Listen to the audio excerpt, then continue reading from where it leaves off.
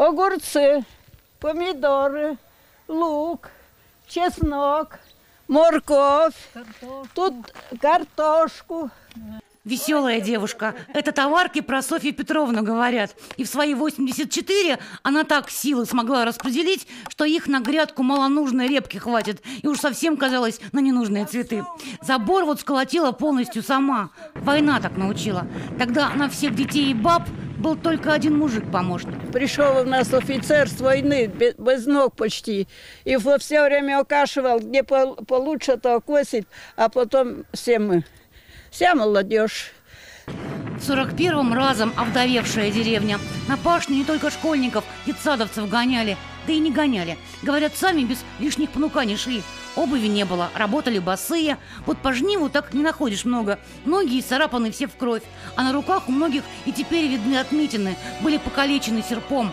Нас с 7 годов повели на волоки, и мы сено сушили, и жали серпом, и косили, и все мы это делали. 7 годов у меня совхозных войну, и голод мы ели только траву. У нас хозяйство свиноводческое, имеется 22,5 тысячи свиней, и у нас было 90 лет хозяйства.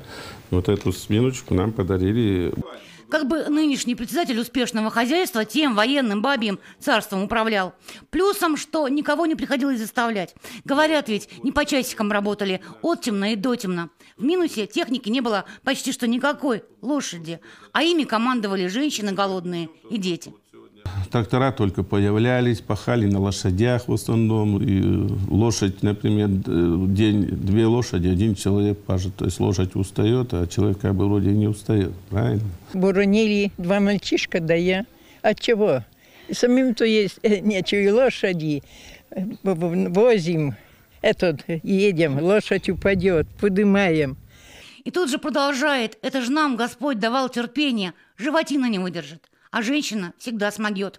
А мы на быках боронили, коней-то уже угонили, некоторых посильнее на войну, одни быки остались. И на быках боронили. Летом-то как овод-то, как приперли их, они у нас все вырвались, да и все в лес убежали, мы стоим и ревим. Да, герой Советского Союза. Вот у нас Сугрин, на самолете разведчиком он был, и летали они в тыл. В сельском музейчике герои войны поименно все. О том, как они во врага стреляли, на танках шли и как Берлин брали, экскурсовод здесь может рассказать. А вот как вдовы и сироты вместо лошадей или быков тех сами тащили плуг, об этом данных нет. Разве ж геройство это? Хорошо, женщины такие, они никуда не стонали, не оказывали виду, что им трудно, одни ведь. И вот и нас научили к этому, чтобы и мы не хныкали.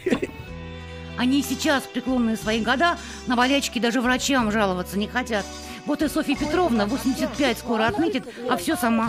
Детей, внуков в огород не допускает, мол, потом переделывай за них. В детстве работа означала жизнь. И для Софьи Петровны мало что переменилось с военной той поры. Сейчас жизнь – это работа. А бывает, что поясница-то устала, а порастираешь.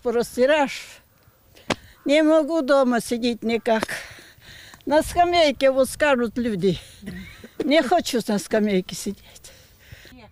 Юлия Махова, Игорь Трифонов. Новости Вологда.